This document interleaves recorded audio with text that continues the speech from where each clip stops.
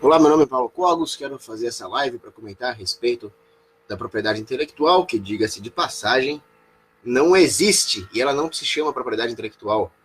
O nome correto para ela é monopólio intelectual. Nenhuma musiquinha poderia ser melhor para esse vídeo do que Copying is not theft. If I rob you, there is one less left. Na, na, na, na, na, na, na, that's what copying is for. Aí é uma musiquinha que tem um vídeo que eu recomendo muito. Copiar não é roubar. O meu argumento contra a propriedade intelectual é o seguinte. Vocês devem ter ouvido falar no debate que teve entre o Rodrigo Marinho e o Rachevsky, na LibertyCon. O Rodrigo Marinho apresentou a teoria ética e praxeológica a respeito da propriedade intelectual, que é irrefutável, baseado em Stephen Kinsella, em Levine, Boldrin. Então, o Rachevsky disse que ele era um sofista e que ele era refutado pela história, porém ele não apresentou nenhuma evidência histórica para dar suporte aos seus argumentos. Eu apresentei várias evidências históricas apoiando o Rodrigo Marinho, ou seja, apoiando o fim do monopólio intelectual, e desafiei o Rachevsky a apresentar uma única evidência histórica que ele não apresentou. Quando eu falei que ele defende este socialismo, eu não o chamei de socialista. Eu falei que ele está defendendo um socialismo. E por que ele está defendendo o socialismo? Porque a propriedade intelectual, o monopólio intelectual, vamos nos adaptar aqui na linguagem, ela é socialismo. O socialismo consiste em impedir que o dono da propriedade privada a aloque conforme ele queira, segundo as suas necessidades, desde que ele não viole o direito natural de outrem, um direito natural de vida, liberdade e propriedade, fisicamente. Usufruto da propriedade privada. O monopólio intelectual é exatamente isso. Nós impedimos que a pessoa arranje letras no papel, arranje recursos numa máquina para produzir um determinado invento, e aí eles vêm com o argumento de que não, isso aí estaria tirando o lucro dos outros. É o mesmo argumento usado para defender barreira comercial. Não, nós temos que impedir o contrabando e colocar tarifas de importação, senão vai tirar o lucro das empresas nacionais. Isso é mercantilismo. Isso não é violação de propriedade privada, isso é o processo de concorrência no mercado. Se alguém aloca recursos melhor que o outro, ele tem direito de fazê-lo e concorrer no mercado e prover a economia com bens melhores e mais baratos. E qualquer coisa diferente disso é socialismo. É isso que eu quis dizer. O meu argumento é o seguinte. O ato de vender um produto em determinado lugar é uma ideia. Se os comunistas trabalhassem, eles perceberiam isso. O Rachevsky trabalha. Ele não percebeu isso, não sei porquê. Mas, quando alguém vai abrir um negócio, vai abrir uma empresa, ele vai uma pesquisa de mercado, ele vê se lá compensa abrir a loja dele, e ele tem a brilhante ideia de vender um produto lá, para aquele nicho. Se houvesse propriedade intelectual da ideia de vender um produto em determinado lugar, todos os lugares do mundo seriam monopólios. E o mundo seria uma somatória de monopólios locais. Não haveria concorrência, apesar de não haver talvez uma corporação gigantesca. Quando o Nando Moura fala que o fim do monopólio intelectual faria a China dominar o mundo, ele tá muito louco. Ele tá mais louco que o Tiririca naquela propaganda do Darth Vader, né? Que ele fala: enganei vocês pensam que fosse outra pessoa, menino. Ele tá mais louco que aquilo. Como é que a China dominaria o mundo em semanas se o problema da China é justamente vender barato? A China só entra no mercado, ela só engole os outros porque ela vende barato. Se as pessoas tivessem poder aquisitivo para comprar outros produtos, a China perderia muito do seu market share. Mas como fazer com que as pessoas tenham mais poder aquisitivo? Liberando o mercado, inclusive da intervenção do monopólio intelectual para que as ideias proliferassem. Então, eu diria que se nós acabássemos com o monopólio intelectual, a China perderia espaço. Muita gente poderia aproveitar, inclusive, ideias chinesas de como baratear a linha de produção, invenções chinesas. E, finalmente, num mundo com tanta concorrência, onde não houvesse monopólio intelectual, e a concorrência fosse brava mesmo, a diferenciação, aqueles que vão conseguir superar a tendência do lucro de ir para zero, é daqueles que inventassem coisas diferenciadas, locais. Como a China exporta para o mundo inteiro produtos homogeneizados, né, ling-ling, ela não poderia concorrer com populações que tivessem poder aquisitivo e estrutura fabril para produzir bens com características locais, geograficamente diferenciados. Isso faria com que a China perdesse muito das suas exportações. Então, não, Nando Moura, ela não ia dominar o mundo, muito pelo contrário. O processo de venda faz parte dessa ideia. Outra coisa, se a propriedade intelectual melhorasse o output econômico, ela seria uma grande ideia econômica, não é? Mas como esta maravilhosa ideia econômica, supostamente falando, poderia ter surgido se ela não é patenteada? Então, se alguém admitir, esse é um argumento meu, hein? Se alguém admitir que a propriedade intelectual, se alguém supuser que a propriedade intelectual é um bem econômico, eles teriam que admitir que este excelente bem econômico surgiu sem propriedade intelectual por definição. E se o cara que inventou a propriedade intelectual, o cara que primeiro teve essa ideia, aplicasse para ele mesmo, ele seria o único patenteador do mundo. Ele seria o único tribunal julgador de propriedade intelectual do mundo. Logo, ela também não existiria. Então, com todas essas contradições existentes no seio da teoria do monopólio intelectual, nós vemos que isso não passa de uma falácia. E não adianta vocês falarem, você está sendo teórico.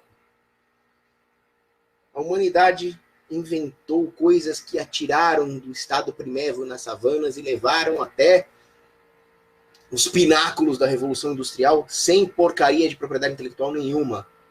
Pelo contrário, a Revolução Industrial realmente deslanchou quando caiu a patente do James Watt. Eu falei isso lá no debate.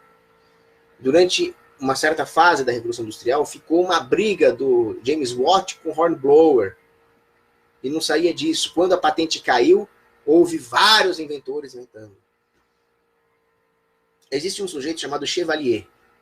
O Chevalier era um cientista político da French School of Politics.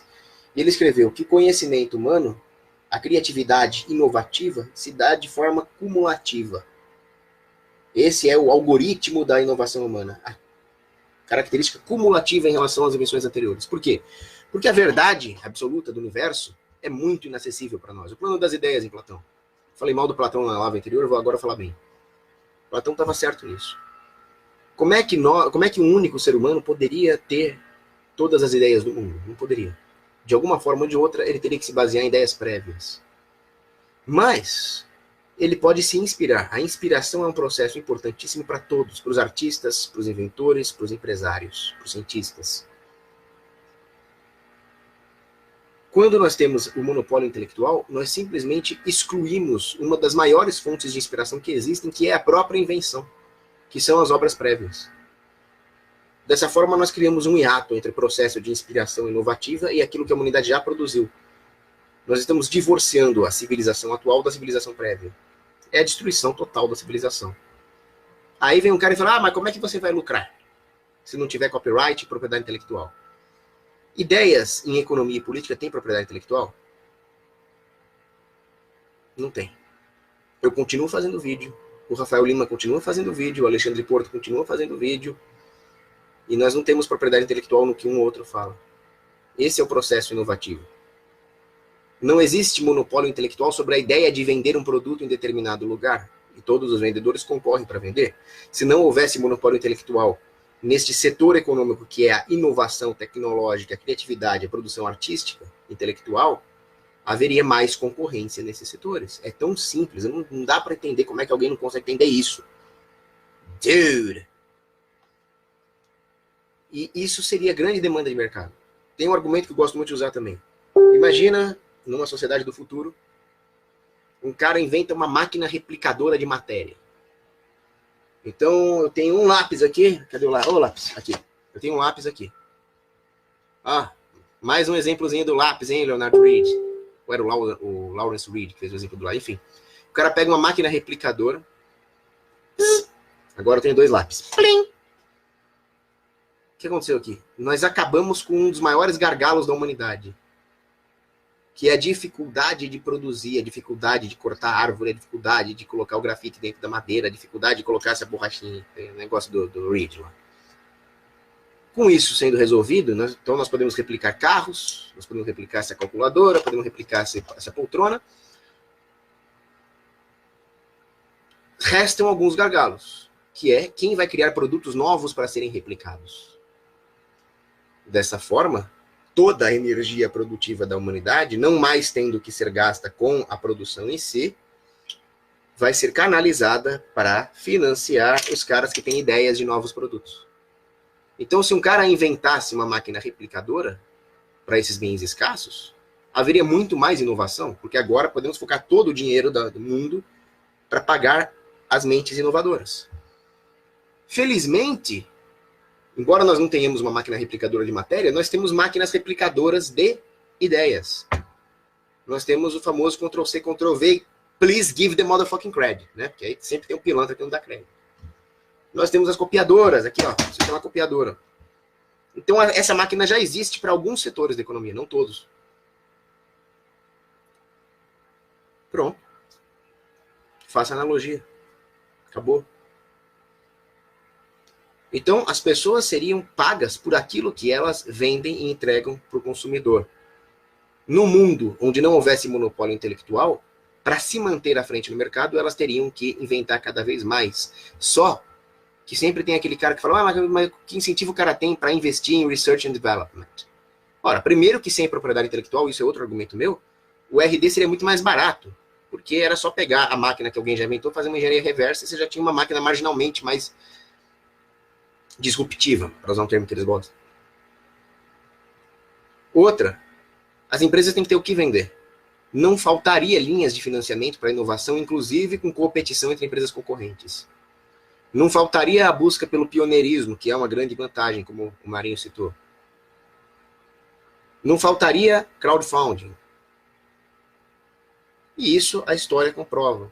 Por isso eu recomendo os livros do Butler Schaeffer, Contra a Propriedade Intelectual, o do Boldrini e Levine também. Não tem o que discutir. Acabou. Propriedade intelectual é ridículo. Bom, deixa eu ver aqui os monopólio intelectual. Vamos aprender a combater no campo de batalha psicossocial também, que é linguístico, né? Não falem mais propriedade intelectual, porque isso não é propriedade, isso é monopólio.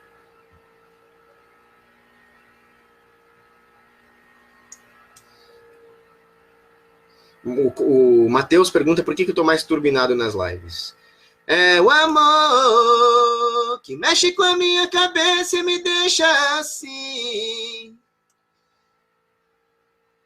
Que faz eu pensar em você esquecer de mim. Que faz eu esquecer que a vida é feita pra viver. Acabaram as perguntas? Então é isso aí. Mas eu nunca vou esquecer que o Estado é para destruir.